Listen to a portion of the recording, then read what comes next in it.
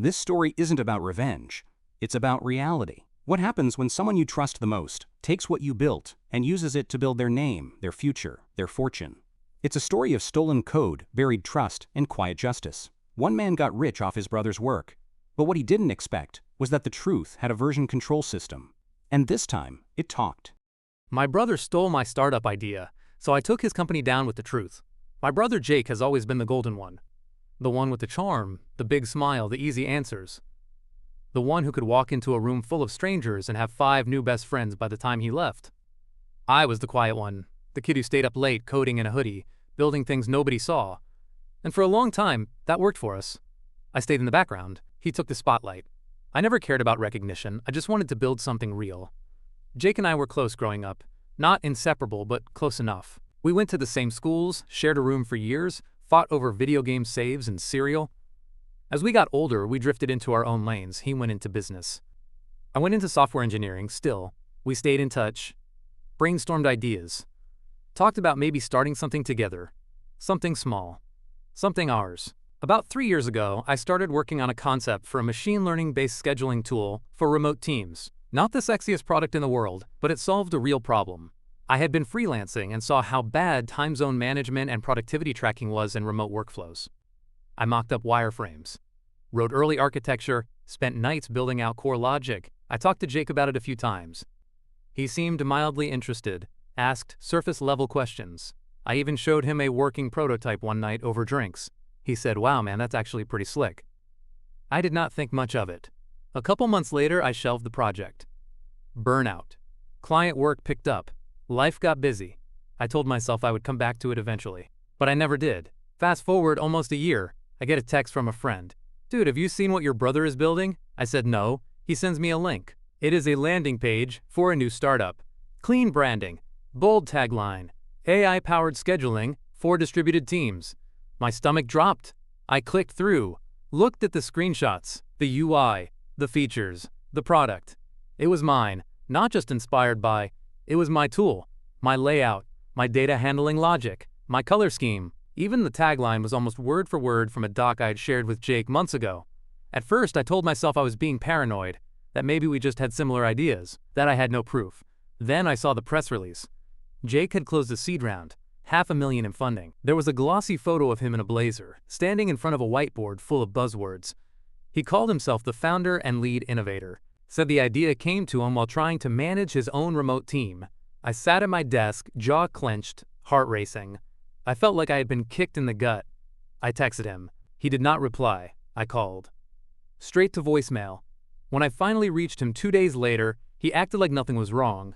I brought up the product, the similarities, the fact that we had talked about this exact concept a year ago.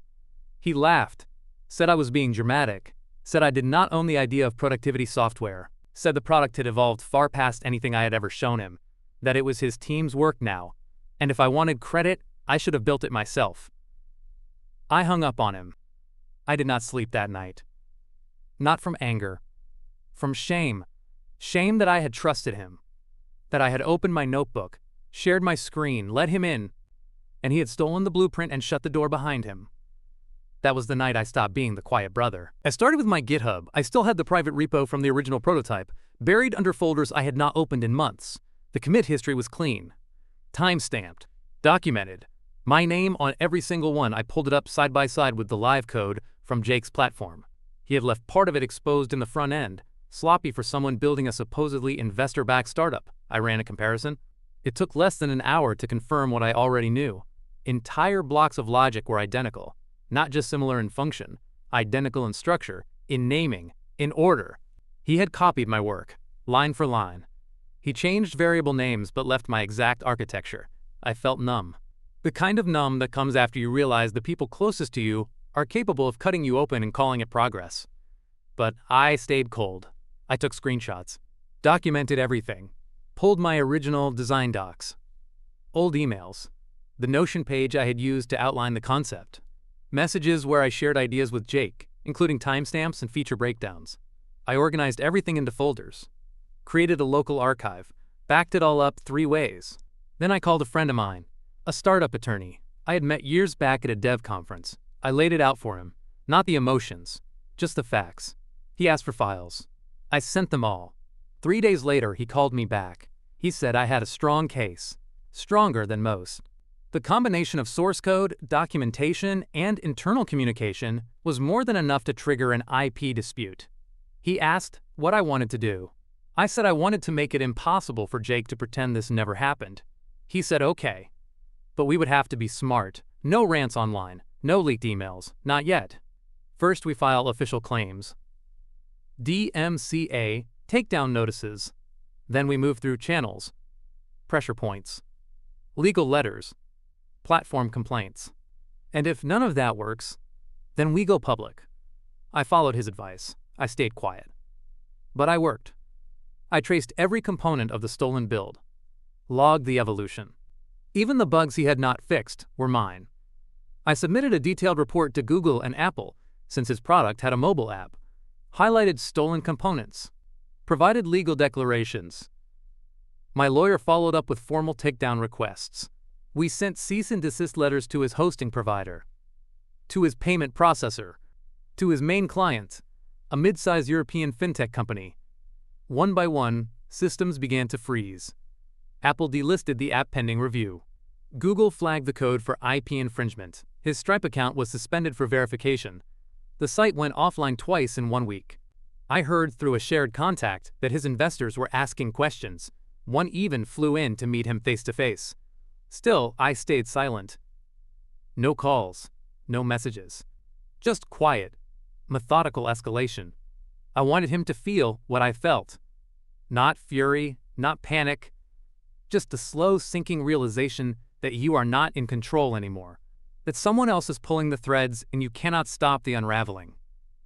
At night, I watched his LinkedIn, his Twitter. His silence told me everything. No new posts, no investor updates, just the digital equivalent of holding your breath. I had not spoken to my parents about it. I knew what they would say, that we should talk it out. That family comes first. That maybe he just got inspired. But this was not inspiration. This was theft. And I had every right to defend what was mine. After 2 weeks of legal silence, I opened a Medium account. I wrote the whole story. Not with bitterness, not with drama, just evidence. Dates, screenshots, code comparisons, design drafts, source repo links. I published it under a pseudonym. But everyone knew. Within 24 hours, it hit the front page of Hacker News. Then Reddit. Then Twitter. The community that had praised him for his genius turned fast. Because now they saw the receipts, the thread of stolen code, the truth behind the pitch deck. No one likes a thief, especially not one who smiles for TechCrunch photos while stepping over the guy who built the foundation. By the end of the first week after the post, the cracks had turned into collapse. His company's homepage went down and came back up with a new message. We're undergoing temporary maintenance. It stayed that way for 3 days. Then his app disappeared completely from the Apple Store. Then Google followed. I never heard back from either platform, but I did not need to. The silence was confirmation. The day after the Hacker News post went viral, his main investor, the one who led the $500,000 seed round, issued a statement on LinkedIn saying they were reevaluating their relationship with the founder in light of intellectual property concerns. I watched it in real time. Likes disappeared from Jake's old posts. Startup newsletters that had praised him before removed his name from articles. His face, once plastered in cheerful startup spotlights, vanished from the rotation. I received an email from someone on his dev team, anonymous but clearly shaken. They thanked me, said they had suspected something was off when parts of the backend didn't match his explanations, said they were only there because they believed in the product and now they felt betrayed. I never replied, just archived it. Then, finally, Jake reached out. It was a long message, no subject line, no punctuation. Just a stream of words like he was dumping his thoughts without thinking. He said he was sorry, that he did not mean for it to go this far, that he had been in a bad place when he copied the idea, that he did not think I would actually build it anyway, that he wanted to prove to our family he could make something of himself too, that he had been desperate, that it was never meant to hurt me, that I could have just talked to him, that this did not need to go public, that I was ruining him, that he had nothing left. I read it 3 times. Not because I was confused, but because I wanted to feel something. But all I felt was distance. like the person he was talking to did not exist anymore. Because maybe I didn't. The person who trusted him. Who stayed quiet. Who assumed blood meant protection. That version of me was gone. He tried calling. I did not answer. Left a voicemail saying he was crashing on a friend's couch. That he had to let go of 2 employees. That his lawyer told him to shut everything down. That he hoped one day I would understand. That maybe we could rebuild. That we were still brothers. I deleted the message. I didn't even save it for records. What was the point? His company dissolved within 6 weeks. Publicly, it was framed as a quiet shutdown. But people knew. The Medium post had made rounds. Dev forums had torn through the code line by line. His investors disappeared. Clients backed out. A compliance report from one of the platforms flagged the app for reused code without license. It was over. Quiet. Fast. Brutal. And I didn't say a word. I didn't need to. I just watched as he drowned in the weight of a mask he had built for himself. No lies left to hold it up, nothing to hide behind anymore. One night, my mom called. She had heard something from a cousin. Asked if it was true. I told her it was. That Jake had stolen from me. That I had proof. That I had done what I had to do. She didn't get angry. But she sighed. Said she wished we had handled it like family. I told her I did. Until he stopped being one. It has been almost a year since everything fell apart. Or maybe it is better to say since everything fell into place. I do not talk to Jake anymore. Not because I am angry. Because I am done. There is a difference. People think when you burn someone like that, there is some kind of satisfaction, that you feel powerful, that you watch the flames and smile. But the truth is quieter. It is not a fire, it is a silence. A deep, absolute quiet that comes from knowing you do not owe them a single word more. I rebuilt the original project slowly. Not to prove a point. Not out of spite. Just because I still believed in it. The idea was never the problem. He was. I renamed it. Cleaned the code. Started from scratch in some places, kept the original core in others. I launched it quietly. No PR push. No splash. Just a functional beta and a handful of users I trusted. It grew, not fast. But steadily. A couple devs joined. Then a designer. Then a small contract team. People who cared about the problem. Who did not care that it was not flashy. It started making money. Not millions. But enough. Enough to live. Enough to sleep. Enough to stop looking over my shoulder. I got messages after the post. Strangers. Other devs. Founders. People who said they had been through the same thing. Some lost to co-founders. Some to investors. Some to friends. Stories that sounded too familiar. Too bitter. Too quiet. I answered some. Not all.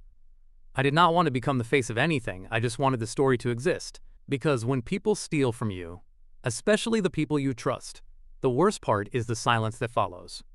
The way they gaslight you without saying a word. The way they rewrite history in front of an audience that cheers for them.